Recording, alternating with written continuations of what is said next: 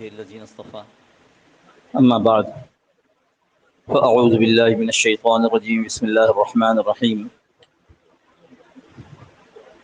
وذكر فإن الذكرى تنفع المؤمنين وما خلقت الجن والإنس إلا ليعبدون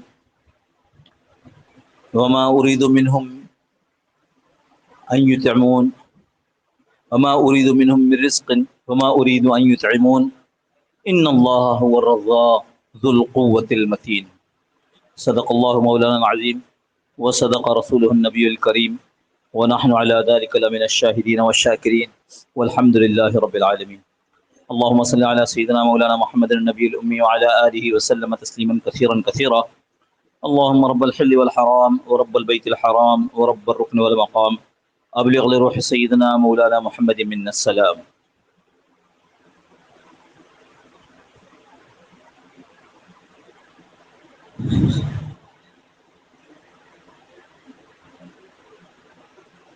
بزرگان محترم، اللہ جل جلالہ عما والہ نے مجھ پر اور آپ پر اور ساری انسانیت پر یہ زبردست احسان فرمایا ہے کہ رسول اللہ صلی اللہ تعالی علیہ وسلم کے ذریعے ہمیں قرآن اور حدیث ایسی دو چیزیں عطا فرما دی جس میں ہماری دنیا آخرت کی کامیابی کا پورا نظام موجود ہے. وہ باتیں جو ہمیں کہیں سے معلوم نہ ہوتی وہ بھی اس میں ہیں، اور وہ باتیں جن میں ہم دھوکہ کھا جاتے وہ بھی اس میں موجود ہیں. تو بے خبری میں نہیں مارے جائیں گے، دھوکے میں نہیں مارے جائیں گے اگر ہم نے قرآن اور حدیث کو سامنے رکھا. دونوں باتیں ہوتی ہیں. ایک آدمی لا علم ہوتا ہے، بے خبر ہوتا ہے حالات واقعات سے، تو نقصان اٹھاتا ہے. ایک آدمی حالات اور واقعات سے اپنے اعتبار سے باخبر ہوتا ہے لیکن حقیقت میں وہ دھوکہ کھا رہا ہوتا ہے، وہاں بھی نقصان اٹھاتا ہے. لیکن اللہ رب العزت قربان جائیے اس عظیم تخلیق کرنے والے خالق اور زبردست مالک کے کہ اس نے ہم پر یہ احسان فرما دیا. ہم نے 2 جمعوں میں یہ بات آپ کے سامنے رکھی کہ اور جانداروں کی طرح ہم جاندار نہیں ہیں. اور جاندار وہ جانور ہیں، ان کو بہت تھوڑی سی عقل دی گئی ہے اور وہ کسی شریعت کے پابند نہیں ہیں، کسی طریقے کے پابند نہیں ہیں. وہ شریعت کے بجائے تکوینی طور پر چلتے ہیں. ان کے لیے اللہ نے ان کے جی میں جو ڈال دیا سو ڈال دیا، ان سے حساب نہیں ہوگا. حساب کے لیے اتنا تو کچھ کہہ دیا کہ بے سینگ والی بکری کو سینگ دے کر قیامت کے دن اس بکری کے پاس لایا جائے گا جس بکری نے اس کو دنیا میں سینگ مارے تھے. بس حلال حرام وہاں نہیں ہے. دوسری بات یہ عرض کر دی تھی، ہاں تو اس کے مقابلے پہ ہم وہ ہیں جن کو اللہ نے عقل دی ہے، اور اس عقل کے نتیجے میں ہم کو یہ بتا دیا گیا کہ تم اللہ کے بندے ہو، جانور نہیں ہو. تم اللہ کے بندے ہو.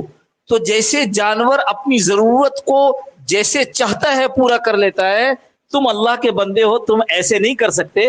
تم کو ہر ضرورت کے وقت یہ دیکھنا پڑے گا کہ تمہارا رب اس وقت کیا چاہتا ہے.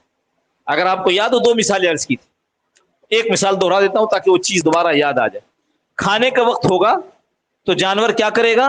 جو چیز کھانے کی سامنے آئے گی اپنی محدود عقل سے اس کو سوچے گا کہ یہ چیز میرے کھانے کی ہے یا نہیں ہے، اور اس کو کھا لے گا. گھاس کھانے والا جانور گھاس کھا لے گا، اور گوشت کھانے والا جانور گوشت کھا لے گا.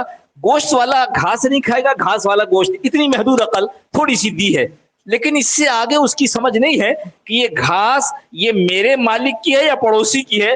نہ اس سے پوچھ ہوگی نہ اس کو عقل دی گئی ہے. ہم نے کہا تھا کہ ہم جانور نہیں ہیں، ہم اللہ کے بندے ہیں. تو ہم نے عرض کیا تھا ہم اس وقت یہ سوچیں گے کہ بھوک لگی ہے تو بھوک میں کیا کرنا ہے، اللہ نے اس وقت کیا حکم دیا ہے، بھوک کے احکامات میرے لیے نبی صلی اللہ علیہ وسلم کے ذریعے کیا پہنچائے گئے ہیں. ورنہ کیا ہوگا؟ ورنہ ہم جانور ہوں گے، ہمیں بھوک لگی ہے تو اب اس بھوک کو پورا کرنے کے لیے میں چوری کروں، میں ڈاکہ ڈالوں، میں بھتہ کروں، بھتہ خوری کروں، میں جیب کاٹوں، میں جو چاہوں کروں. یہ جانور ہے کیونکہ اس سے پوچھ نہیں ہے. ہم انسان اللہ کے بندے ہیں، جاندار ضرور ہیں لیکن اللہ کے بندے ہیں، اس لیے پلٹ اللہ کے بندے، اس میں میں تفصیل بتا چکا ہوں کہ اللہ کے غلام ہیں. ہم بندے ہیں، اللہ کے غلام ہیں.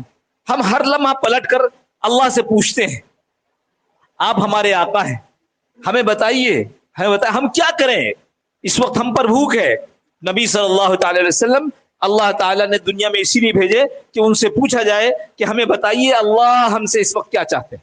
نبی صلی اللہ تعالی وسلم ارشاد فرمائیں گے کہ اس وقت اللہ تم سے کیا چاہتے ہیں. جس کا پیٹ بھرا ہوا ہے وہ پوچھتا ہے پیٹ بھرے ہونے میں کیا احکامات ہیں.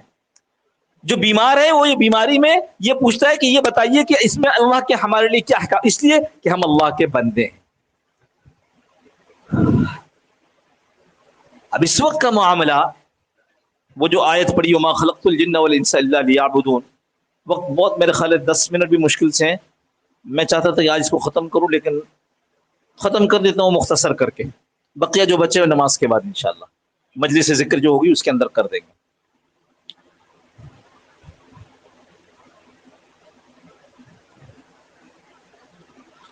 وما خلقت الجن والانس الا لیعبدون، اس سے پہلے کی آیت جو میں نے تلاوت کی وذکر، نصیحت کیجئے، فإن الذکریٰ تنفع المؤمنین، کیونکہ نصیحت کرنا ایمان والوں کو نفع دیتا ہے.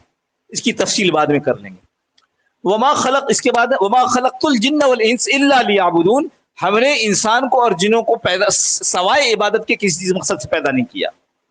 لیعبدون کا مطلب دونوں باتیں، عبادت کے لیے اور دوسرا اس کا آسان ترجمہ بندے بن کر رہے ہیں.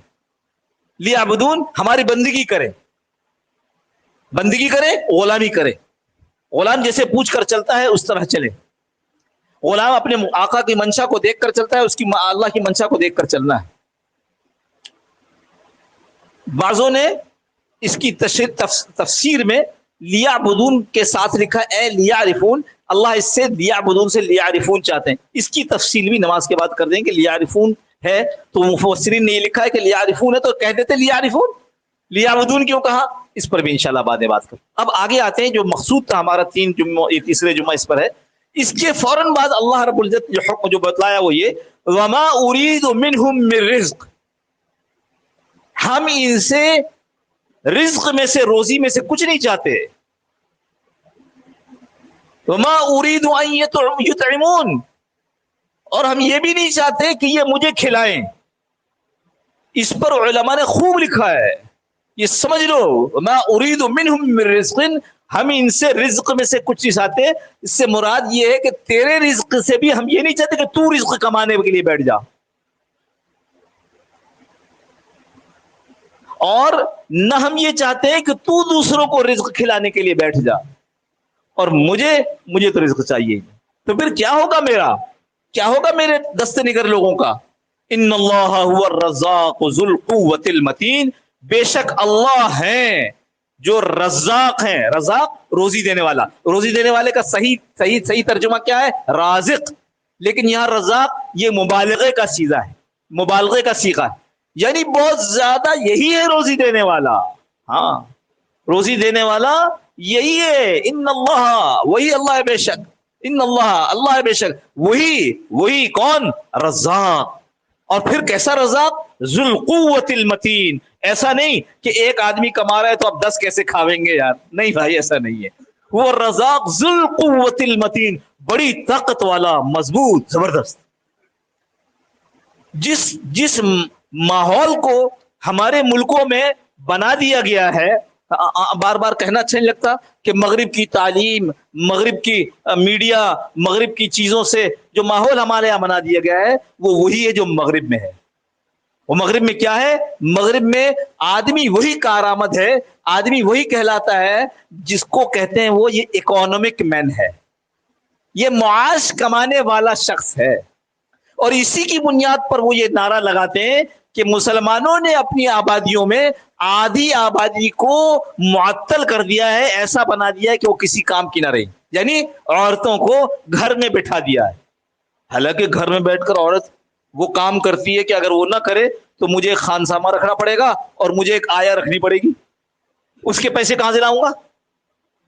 لیکن اللہ کی ایک تقسیم ہے. اللہ تو اللہ ہے, اللہ ہم سے زیادہ ہم کو جانتے ہیں. انہوں نے یہ کام, باہر کمائی کا کام, یہ سپرد کیا مرد کے, اور گھر میں نسل تیار کرنے کا کام کس کے سپرد کیا؟ عورت کے.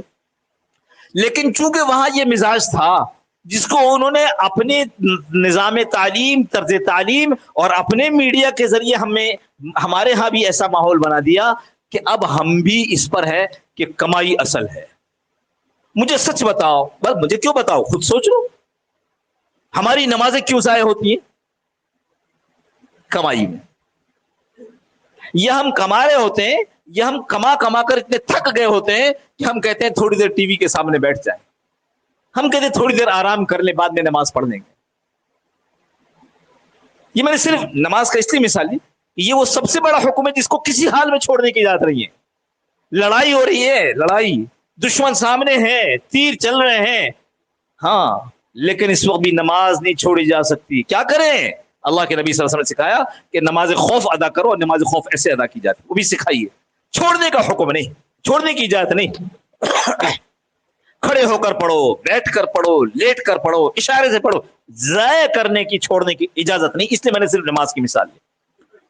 ہم جو دین پر نہیں چل پا رہے, ہمارے بچے جو بجائے گھر میں اسلامی تربیت پانے کے غیر قوموں کی نقالی میں ایسے نظام تعلیم میں ہیں جس نظام تعلیم میں ان کو بھی وہی بتایا جا رہا ہے جو غیر مسلم, غیر سے میری مراد غیر مسلم ہے, تو جو کر رہے ہیں, ان بچوں کو بھی ہم اسی لیے وہاں ڈالے ہوئے ہیں کہ وہ پڑھے گا تو پڑھے گا, کیوں پڑھے گا؟ تو کمائے گا. اچھا, جو نہیں پڑھ رہا اس کو بھی گھر کے اندر کوئی سکھانے سمجھانے والا نہیں ہے. کیوں؟ ابا تو کمانے میں مصروف ہے.